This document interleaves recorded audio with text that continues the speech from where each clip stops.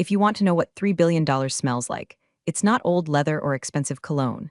It smells like ozone, lukewarm filtered water, and the terrifying, antiseptic silence of a conference room on the 45th floor, where the air conditioning is set specifically to keep human empathy at absolute zero. I was sitting there, staring at the signature line on a contract that was thick enough to stop a small caliber bullet, feeling the familiar hum of adrenaline that comes right before the ink hits the paper. This wasn't just a deal. This was the culmination of 6 months of my life spent in airport lounges and negotiating with regulatory bodies that make the IRS look like a charity organization. I'm Riley. I'm the strategic partnerships lead for a tech firm that everyone in New York thinks they know, but nobody actually understands. I'm the mechanic who goes down into the engine room of the Titanic and makes sure the turbines are actually turning while the captain is busy waving at the icebergs.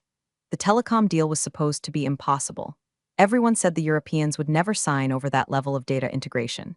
But I knew something they didn't. I knew their lead negotiator had a weakness for strict punctuality and hated ambiguity. So, for 6 months, I was a metronome. I was precise, I was boring. And today, boring was about to pay for the new wing of our headquarters. Harold, our VP, was sitting across from me, sweating through a shirt that probably cost more than my first car. He looked like he was vibrating. That's the thing about the visionaries in this industry. They love the idea of the money, but they vomit at the sight of the work required to get it. I slid the pen across the mahogany table. The European counterpart, a man made of gray steel and silence, nodded at me. Not at Harold, at me. He signed. That split second of validation where the competence speaks louder than the title. If you're listening this and you've ever had to save your boss's ass without them even realizing they were in danger, do me a quick favor, hit subscribe and maybe upvote this story, because what I'm about to tell you is going to be cheaper than therapy and more satisfying than watching your ex trip on a sidewalk. It really helps get these confessions out there. So, the deal closes, champagne pops. Harold is suddenly the loudest guy in the room, slapping backs, talking about synergy and paradigm shifts like he didn't spend the last 3 meetings scrolling through golf course reviews on his iPad. I stood by the window, looking out at the Manhattan skyline, feeling that quiet, steel-reinforced satisfaction. I thought the hard part was over. I thought the war was won, and I could finally take a weekend off to remember what my apartment looked like in daylight. I was an idiot. The hangover from the victory lasted exactly 48 hours. On Monday morning, Harold called an emergency all-hands meeting for the executive leadership team. Usually, these meetings are just Harold liking the sound of his own voice. But the energy was different. It was frantic, nervous. He walked in with a young woman who looked like she had been generated by an AI prompted with arrogant influencer with an MBA. She was wearing a blazer that was cut aggressively sharp and heels that were designed for sitting, not walking. Team, Harold said, his voice cracking just a little, the way it always did when he was doing something he knew was defensible only by blood. I want you to meet our new director of innovation. This is Harper. Harper. Of course her name was Harper. She didn't smile, she smirked. It was the kind of smirk you see on people who have never heard the word no without immediately following it with a call to a lawyer. Harold continued, Harper comes to us with a fresh perspective from graduate school. He didn't mention which school. He didn't mention her previous experience, mostly because her LinkedIn profile probably listed Chief Vibe Officer at a startup that folded in 3 months. Hi everyone, Harper said. Her voice had that vocal fry that sounds like sandpaper on a chalkboard. I've been looking at the workflows here and honestly, it feels a little dinosaur. We're going to pivot. We're going to disrupt ourselves before the market disrupts us. I felt a cold prickle at the base of my neck. I looked around the room. The CFO was staring at his coffee cup like he wished it was whiskey. The general counsel was aggressively cleaning his glasses. No one said anything. They all knew who she was. We all knew Harold's last name, and we all knew hers. This wasn't a hire, it was an inheritance. Riley, Harold said, pointing a sweaty finger at me. Harper's going to be shadowing you on the upcoming Chen investment round. I want her to get her hands dirty on the big stuff immediately. The Chen investment, $3 billion. Wallace Chen, the man who ate executives for breakfast and used their business cards to pick his teeth. Harold wanted to throw this glitter-covered grenade into the bunker with the most dangerous investor in the hemisphere. Shadowing? I asked, keeping my voice level, the calm authority mask bolted tight to my face. Harold, the Chen deal is in the delicate phase. Wallace doesn't like new faces. He'll love this face, Harper interrupted, winking, in a board meeting. Besides, Riley, no offense, but your strategy seems a little traditional. I think Wallace wants to see the future. The future, I repeated, deadpan. Exactly, she said, leaning back and putting her shoed feet on the rung of the chair next to her. I'm here to bring the juice. I looked at Harold. He looked away. He knew. He knew he was handing the keys to a Ferrari to a toddler who had only ever driven a tricycle in a padded room. But he was weak and she was his blood, and in corporate America, blood is thicker than competence, thicker than profit, thicker even than the survival instinct. I didn't argue. I didn't fight. I just nodded, picked up my notebook, and wrote a single line in my crisp architectural handwriting: document everything. The storm wasn't coming. It was already in the room, wearing designer perfume and looking at me like I was the help. I walked out of that meeting knowing two things. First, that this company was about to bleed, and second, that if I wasn't careful, Harold and his little princess were going to use me as the tourniquet. But they forgot one thing. I'm not the help. I'm the one who holds the keys to the vault, and I have a very, very long memory. The degradation of a high-functioning system is usually slow, like rust, but with Harper, it was fast, like pouring sugar into a gas tank. It started small. She would reply all to email chains she hadn't read, adding thoughts that were just rewordings of the subject line. She scheduled brainstorming sessions at 8 a.m. on Mondays, demanded we use a new project management software that was essentially just a glorified to-do list with emojis, and started referring to our engineers as creatives, which pissed them off so much productivity dropped by 15% in her first week. The real disruption began on the operational calls. We were dealing with a logistics partner in Singapore, a relationship I had cultivated over 4 years of midnight calls and cultural deference. We were discussing supply chain latency, boring, critical stuff. I had the flow. I was guiding the conversation toward a 4% margin adjustment. Then Harper chimed in. Guys, she interrupted, her voice booming over the Polycom speaker. Let's zoom out. What's the moonshot here? Why are we talking about shipping containers when we should be talking about drone swarms? Silence on the line, the kind of silence that costs money. Harper, I said, hitting the mute button on my end for a microsecond. We are discussing maritime law and customs clearance. Drones aren't legal in this airspace. Not with that attitude, she scoffed, unmuted. Look, Singapore team, can I call you Singapore team? We need to be agile. Forget the containers. Let's ideate on a digital-first delivery mechanism. The lead partner in Singapore, a man named Mr. Tan who had never made a joke in his life, cleared his throat. Miss Harper, are you suggesting we digitize physical hardware? Exactly, she snapped her fingers. Now you're getting it. I saw the bridge burning in real time. I had to step in. I physically leaned forward, blocking her from the microphone, and went into full damage control mode. I spent 20 minutes apologizing in code, soothing egos, and walking back her insanity without explicitly calling my boss's daughter an idiot. When the call ended, I was sweating. That went great, Harper said, scrolling through TikTok on her phone. I really felt we shook up their paradigm. You almost lost us the Asian market, I said, my voice low. You worry too much, Riley, she said, dismissively. Dad says you're risk-averse. That's why you're still in execution and not vision. I went to Harold. I walked into his office, closed the door, and laid it out. She's dangerous, Harold. She doesn't understand the product. She doesn't understand the regulatory environment. She just insulted Tan, Harold sighed, rubbing his temples. He looked older than he had a week ago. She's just finding her rhythm, Riley. She has energy. We need energy. I've been doing this a long time. Maybe you're just a little set in your ways. Just guide her. Be a mentor. I can't mentor a hurricane, Harold. Just make it work, he snapped, his eyes flashing with a mix of guilt and defensiveness. She's family, and there it was, the trump card. Logic didn't matter. Profit didn't matter. The only thing that mattered was that she shared his DNA. 2 days later, the real bomb dropped. I came into the office to find the engineering lead, a guy named David who lived on Red Bull and sarcasm, banging his head against his desk. What happened? I asked. Your shadow happened, David groaned. Harper sent out the preliminary specs to the Chen investment team last night, without copying you. My stomach dropped. What did she send? She promised them the QuantumX integration, David said, by Q3. The QuantumX integration is theoretical, I whispered. It doesn't exist yet. Haven't even built the prototype. She told them it's beta tested and ready for scalability, David said. If we don't deliver that, the due diligence fails. The $3 billion goes away. I walked to my desk. I didn't scream. I didn't throw my laptop. I sat down and opened the secure server logs. I found the email. There it was, sent at 2 a.m., likely after a few glasses of wine, full of typos and catastrophic promises. You're literally crushing the tech game, RN, she had written to Wallace Chen's senior analyst. QuantumX is ready to go. I had a choice. I could let it burn. I could let the investors find out in due diligence that she lied and watch the deal implode. But if the deal imploded, the company collapsed. My stock options, my team's jobs, the years of work, all gone, so I fixed it. I spent the next 3 nights in the office, pulled in favors from 3 different R&D labs. I reworked the definitions of integration in the technical addendums to make them legally ambiguous enough to cover our asses, but specific enough to pass a casual glance. I built a bridge out of smoke and mirrors to cover the chasm she had dug. I didn't sleep. I survived on black coffee and rage. By Friday morning, the data room was updated. The lie was sanitized into a projected roadmap. The crisis was averted. Harper walked in at 10:30 a.m. holding a green juice. Hey, Riley, she chirped. Did you see the response from the Chen team? They're excited. Told you I had the magic touch. She had no idea what I had done. She thought her charm had worked. She thought the world actually operated on vibes. I looked at her, and for the first time I felt something shift. I wasn't just annoyed anymore, I was done. I opened a hidden folder on my encrypted drive labeled contingency. I dragged the original email she sent, the one with the lies, into the folder. Then I dragged the log of my corrections. Then I dragged the timestamped Slack messages where David confirmed the tech didn't exist. Good job, Harper, I said, smiling a smile that didn't reach my eyes. You really shook things up. I know, right? She beamed. I saved the folder. The paper trail had begun. She wanted to play visionary? Fine. I was going to play forensic accountant. And in corporate America, the accountant always wins in the end. Wallace Chen was not a man who appeared on magazine covers. He was the man who owned the publishing houses that printed the magazines.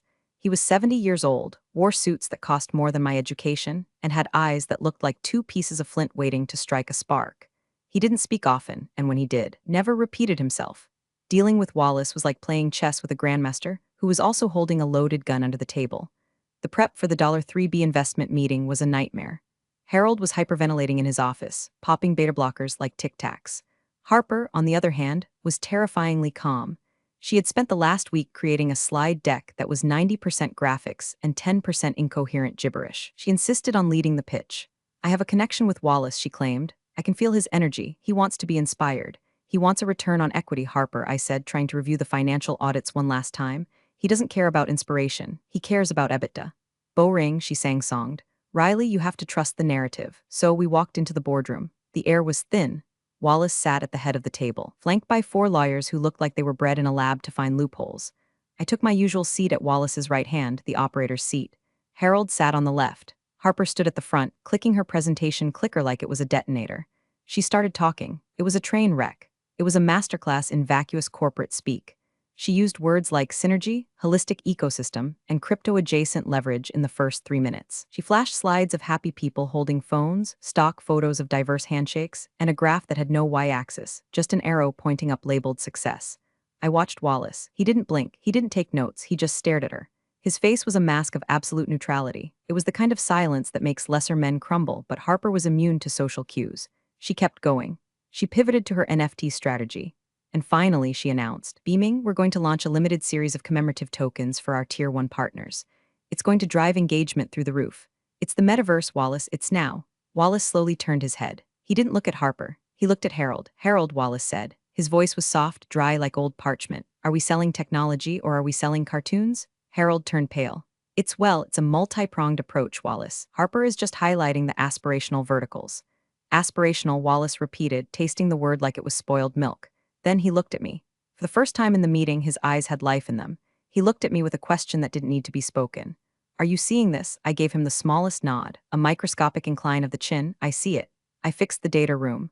The numbers are real, even if the presentation is a hallucination. Wallace turned his attention to the physical term sheet in front of him. It was a 100-page document that I had drafted, redrafted, and memorized. He flipped past the financials. He flipped past the regulatory compliance. He stopped on page 84. I knew exactly what was on page 84. Section 12, paragraph C, human capital retention. He took a gold fountain pen out of his pocket. He circled something on the page. He didn't write a note, just circled it twice. Then he looked up at Harper, who was now rambling about viral loops.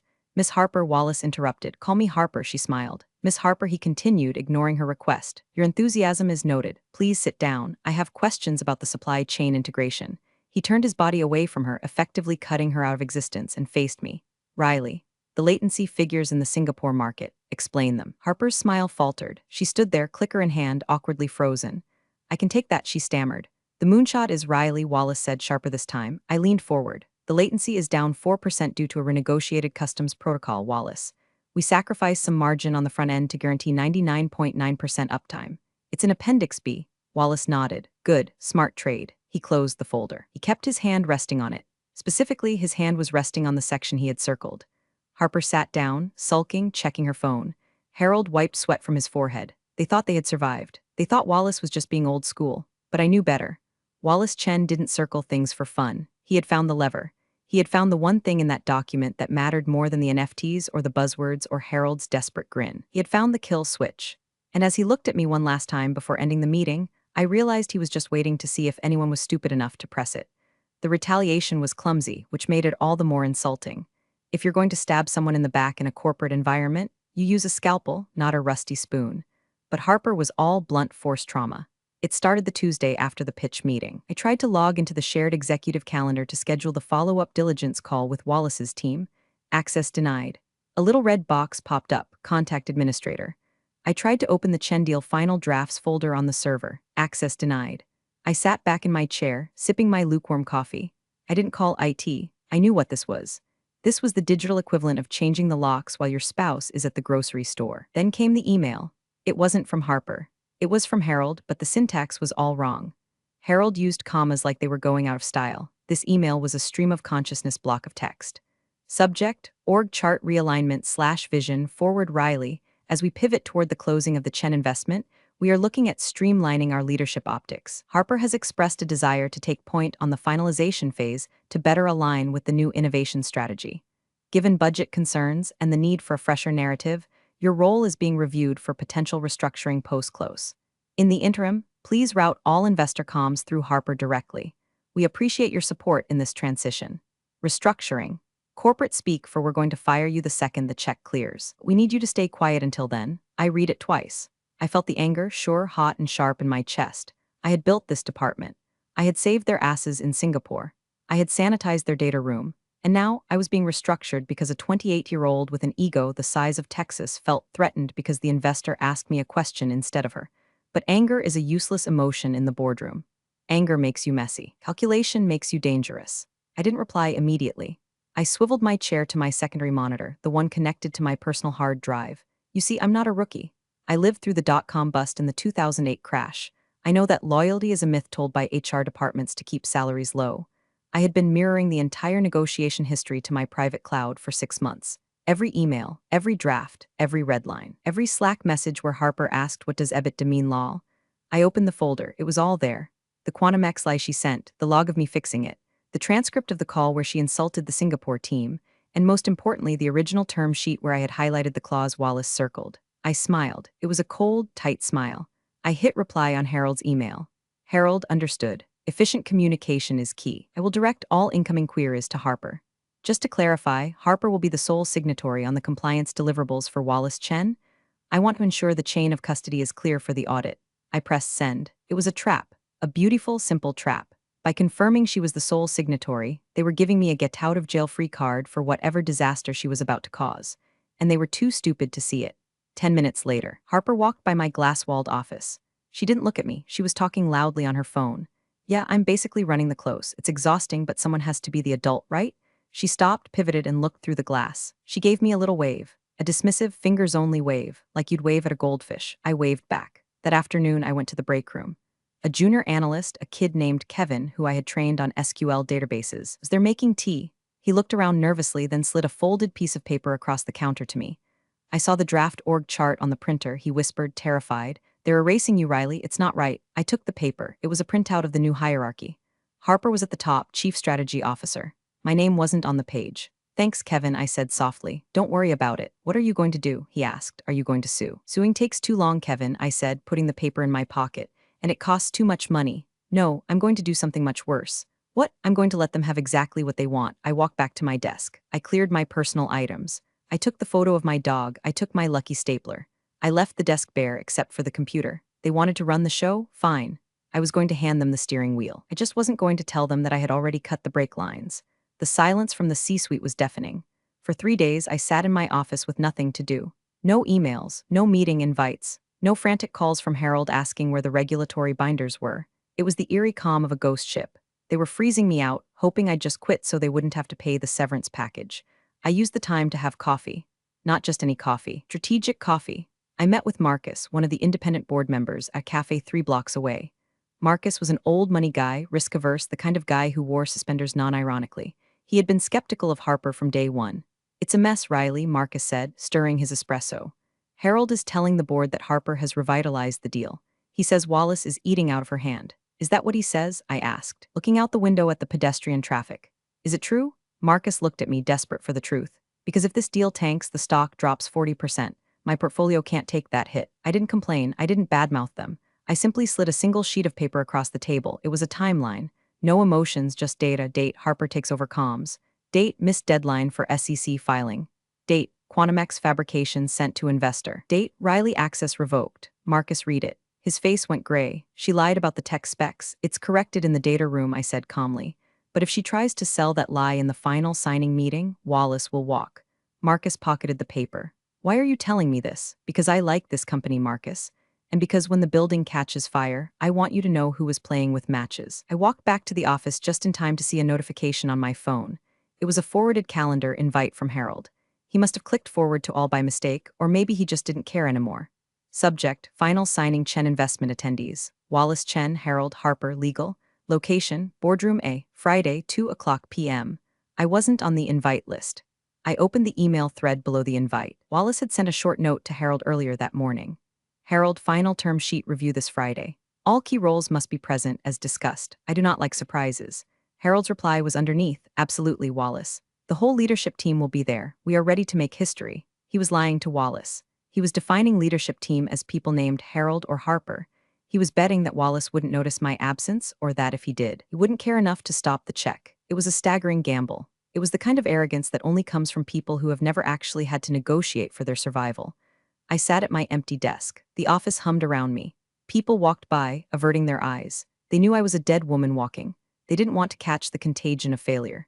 I opened the document one last time, the employment contract I had signed 5 years ago, and the updated key person addendum that was attached to the Chen deal structure. I reread the clause Wallace had circled. It wasn't just a standard clause. It was a key man provision, but updated for modern tech structuring. It tied the valuation of the company specifically to the retention of strategic operational assets. Me, I was the asset. I wasn't just the mechanic, I was the engine. And Harold had just decided to sell the car without checking if the engine was included. I closed the laptop. I picked up my purse. I walked out of the office at 4:00 p.m. on a Thursday. Heading out early, Harper called out from the hallway. She was holding a bottle of champagne, pre-celebrating. Just clearing some headspace for tomorrow, I said. Don't worry about tomorrow, she smirked. We've got it covered. You can probably just zoom in, or take a personal day. I'll keep that in mind, I said. Enjoy the downtime, she said, popping the cork on the bottle. You look tired. I am, I said truthfully. But I think I'll sleep well tonight. I took the elevator down. I didn't go home. I went to a print shop. I printed one copy of the full term sheet. I put it in a plain manila folder. No branding, no logos, just the truth bound in paper. The storm was gathering, and for the first time in my life, I wasn't trying to stop it. I was just waiting for the lightning to strike. Thursday night was a study in contrasts. While I was in my apartment, ironing my best suit, the charcoal Armani that I wore when I needed to look like an executioner, Harold and Harper were at a steakhouse downtown. I know this because Harper posted 14 Instagram stories about it. Closing deals and eating meals, nail polish, boss babe, 3 billion, empire, state of mind. One video showed Harold raising a glass of red wine. To the new era, he slurred slightly. To the next generation. They looked so happy, so sure. It was almost tragic. They were celebrating a touchdown while the ball was still on the 50-yard line. At 9:00 p.m., my phone buzzed. It was an anonymous email, Proton Mail, untraceable. But I knew the writing style. It was Kevin, the junior analyst. Subject, FYI attachment, draft press release embargoed PDF. I opened it. For immediate release, tech giant secures $3B investment, announces leadership refresh New York, NY, following a historic partnership with Chen Capital. Company name is proud to announce the appointment of Harper last name as Chief Strategy Officer. As part of this restructuring, the company will be parting ways with legacy operational staff to streamline efficiency. Legacy operational staff. That was me. That was my epitaph after 10 years of service. Reduced to 3 words in a press release written by a girl who thought synergy was a personality trait. I stared at the screen. I didn't cry. I think I had passed the point of sadness days ago. Now, I was in a place of cold, crystalline clarity. They weren't just firing me. They were erasing me. They were taking the credit for the deal I built, the relationships I nurtured, the architecture I designed, and they were using the money from that deal to pay for my severance. It was perfect. It was so morally bankrupt it was almost art. I poured myself a glass of water. No alcohol, I needed to be sharp. I sat by the window and watched the city lights.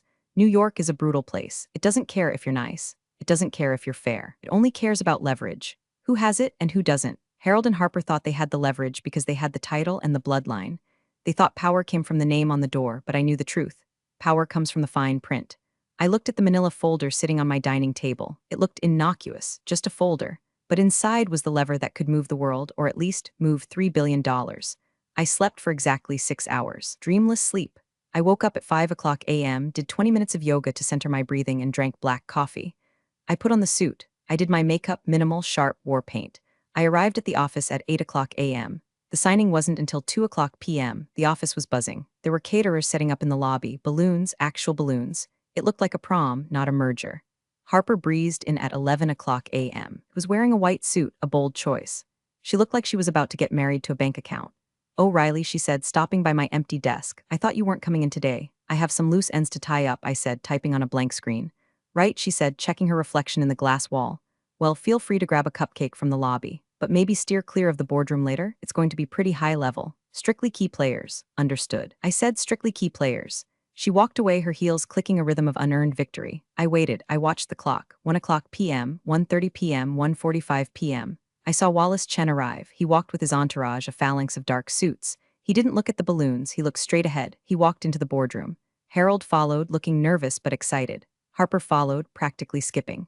The legal team filed in. The door closed. The meeting began. I stood up. I picked up my manila folder. I walked down the hallway. The assistant outside the boardroom tried to stop me. "Riley, sorry, the list is closed." I didn't stop. I didn't even slow down. I pushed the heavy oak doors open and walked into the lion's den. The sound of the door opening was louder than I intended. It echoed off the glass walls and the polished mahogany table. Every head turned. Harold froze mid-sentence. He was standing at the head of the table, holding a glass of sparkling water. Harper was seated next to him, looking annoyed. Wallace Chen sat opposite them, his face unreadable, his hands folded on the table. "Riley," Harold stammered. We're in the middle of the final review." "I know," I said. My voice was steady. Calm, the voice I used when the servers were melting down. "I'm here for the signing." Harper stood up. "Riley, we discussed this. This is a leadership meeting. You're not needed here." "Actually," I said, walking toward the empty chair next to Wallace, "my chair, I think I am." "This is embarrassing," Harper sighed, looking at Wallace with a performative roll of her eyes. "I'm so sorry, Wallace. We have some personnel issues we're working through. Some people have a hard time letting go." Wallace didn't look at her. He was looking at me. His eyes tracked me as I pulled out the chair and sat down. I placed the manila folder on the table. "Personnel issues," Wallace repeated softly.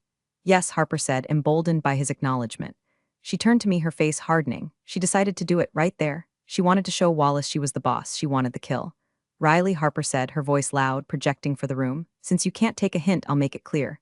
We're restructuring the team. We need fresh vision. You're fired. Please leave the building immediately or I'll call security." The silence that followed was absolute. It was a vacuum. The air left the room. Harold looked like he was about to vomit. He knew this was the wrong time. He knew this was messy, but he couldn't stop her. "Fired," I repeated. "Effective immediately," Harper said, smiling. A cruel, triumphant smile. "Now, get out." I didn't move. I didn't look at her. I turned my head slowly to the right and looked at Wallace Chen. "Wallace," I said, "it appears I am no longer an employee of this company." Wallace lowered his eyes. He reached into his pocket and pulled out his fountain pen. He uncapped it. "Who?" Wallace asked. The question hung in the air. Harper blinked. "What? Who what? Who is fired?" Wallace asked, his voice devoid of any emotion. Harper pointed a manicured finger at me. "Riley, she's legacy staff. We're clearing the deck." Wallace nodded slowly. He looked at Harold. "Harold, is this accurate? Is Riley no longer with the firm?" Harold stuttered. "Well, Wallace, it's a strategic shift." "We felt that. Is she fired?" Wallace barked. The sound was like a whip crack. "Yes," Harold whispered. "Yes." Wallace didn't scream. He didn't flip the table. He simply closed the leather-bound folder in front of him, the one containing the $3 billion investment agreement. He screwed the cap back onto his pen. "Then this meeting is over," Wallace said. He started to stand up. "Wait," Harper shrieked. "What are you talking about? We're here to sign. The deal is done." Wallace stopped. He looked at Harper with a mixture of pity and disgust. Then he looked at Harold. "You didn't read the term sheet, did you, Harold?" "Legal, read it," Harold gasped. "We all read it." "Not closely enough," Wallace said. He reached over and pulled the manila folder I had placed on the table. He didn't need to open it. He knew what was inside. But he opened it anyway. For theatrical effect. He turned to page 84. "Riley," Wallace said, "would you like to explain Section 12 to your former employers?" I leaned forward. I looked Harper dead in the eyes. "Section 12, paragraph C," I recited from memory. "The key person dependency clause. It states that the investment is contingent upon the continued employment and operational authority of specific key personnel, deemed critical to the asset's stability." Harper laughed, a nervous, high-pitched sound. "Yeah, like Dad and me." "No," Wallace said, "not you." He spun the document around and slid it across the table. He pointed to the names listed under the clause. There was Harold's name, and there, right below it, was mine. "Riley, last name, head of strategic partnerships." "If Riley leaves," Wallace said, his voice ice-cold, "for any reason, termination, resignation, or death, prior to the vesting period of 24 months, the deal is void. The valuation resets. The offer is withdrawn." Harper stared at the page. Her mouth opened, but no sound came out. Harold grabbed the paper. His hands were shaking so hard the paper rattled against the table. I didn't know. I thought it was just standard boilerplate." "I don't do boilerplate," Wallace said. "I invest in competence." And frankly, Harold, the only competent person I have met in this entire building is the woman you just fired. Wallace stood up fully now. He buttoned his jacket. So Wallace said, you have a choice. You can walk away from $3 billion or you can walk away from your daughter's tantrum. The trap had snapped shut and they were both caught in the teeth. The room was spinning for Harold. I could see it in his eyes. He was doing the math. $3 billion meant his retirement. It meant his legacy. It meant the golden parachute he had been dreaming about for 20 years. On the other side of the scale was Harper, his daughter, the visionary. Harper, to her credit, didn't understand that she had already lost. She was still fighting a battle that ended 5 minutes ago. This is ridiculous, she scoffed, though her voice wavered. It's a contract. We can amend it. Wallace, surely we can redline that name out. Put me in. I'm the CSO. Wallace looked at her like she was a stain on his carpet. You think you can replace 10 years of institutional knowledge and regulatory relationships with, what was it? Crypto-adjacent leverage? I have an MBA, she shouted. And I have $3 billion, Wallace replied calmly. And right now it's staying in my pocket. He turned to his lawyers. Pack it up. We're done here. The lawyers started closing their laptops. The sound of zippers and clicking latches filled the room. It was the sound of money leaving the building. No, Harold yelled. He slammed his hand on the table. No, wait, Wallace, please, wait. Wallace paused. Why? We can fix this, Harold said, sweat dripping down his nose. He looked at me. His eyes were pleading, desperate. Riley, we didn't mean it. It was a misunderstanding. A lapse in judgment. She fired me, Harold, I said calmly. In front of the investor, that's not a lapse, that's policy. We rescind it, Harold cried. You're not fired. You're promoted. Senior VP, coup. Whatever you want, Dad, Harper gasped. What are you doing? She's undermining us, Harold spun on his daughter. The enabler mask finally fell off, revealing the terrified, greedy man underneath. Shut up, Harper, he hissed. Harper recoiled as if he had slapped her. Excuse me, I said. Shut up, Harold roared. You have no idea what you're doing. You almost cost us everything. He turned back to Wallace. She stays, Riley stays. Harper will step down. Dad, Harper whispered, tears welling up. Genuine tears this time. The tears of a spoiled child realizing the toy store is closed. You can't be serious. I am perfectly serious, Harold said, his voice trembling. Step down now or you're fired. The silence returned. But this time it wasn't a vacuum, it was heavy. It was the weight of a guillotine blade waiting to drop. Wallace looked at me. Riley, is this acceptable to you? I looked at Harold, sweating and broken. I looked at Harper, crying and humiliated, and I looked at the contract. I could have walked away. I could have let it burn. It would have been poetic. But remember what I said earlier? I'm the mechanic. I fix things. And I had a team of 50 people outside that door who needed this funding to pay their mortgages. Also, I wanted to win, and walking away is losing. Staying and forcing them to look at you every day knowing you own them? That's winning. I have conditions, I said. Name them. Harold said immediately. Full autonomy on the operational budget, I said. Harper is removed from the building completely. Not a demotion, a departure. No consulting fees, no board seat. Done, Harold said. Dad, Harper wailed, and I added, looking at the term sheet. A renegotiation of my equity stake, triple the vesting. Harold didn't even blink. Done. I turned to Wallace. Then we have a deal. Wallace smiled. It was the first time I had ever seen him smile. It was terrifying. Excellent, Wallace said. He opened the leather folder again. He slid the pen to Harold. Sign. Harold signed. His hand shook, but he signed. Now you, Riley, Wallace said. I signed my name next to his. The ink flowed smoothly. Harper stood there, watching her inheritance turn into my leverage. She turned and ran out of the room. The door slammed behind her. Pleasure doing business, Wallace said, capping his pen. The meeting disbanded 10 minutes later. The lawyers shook hands. Wallace nodded to me, a gesture of respect that was worth more than the bonus I had just negotiated, and left. Harold sat in his chair, slumped over, staring at the wall. He looked like a deflated balloon. You played a hard game, Riley, he whispered. I didn't play a game, Harold, I said, standing up and collecting my folder. I did my job. You should try it sometime. I walked out of the boardroom. The balloons were still there. The caterers were putting out trays of shrimp.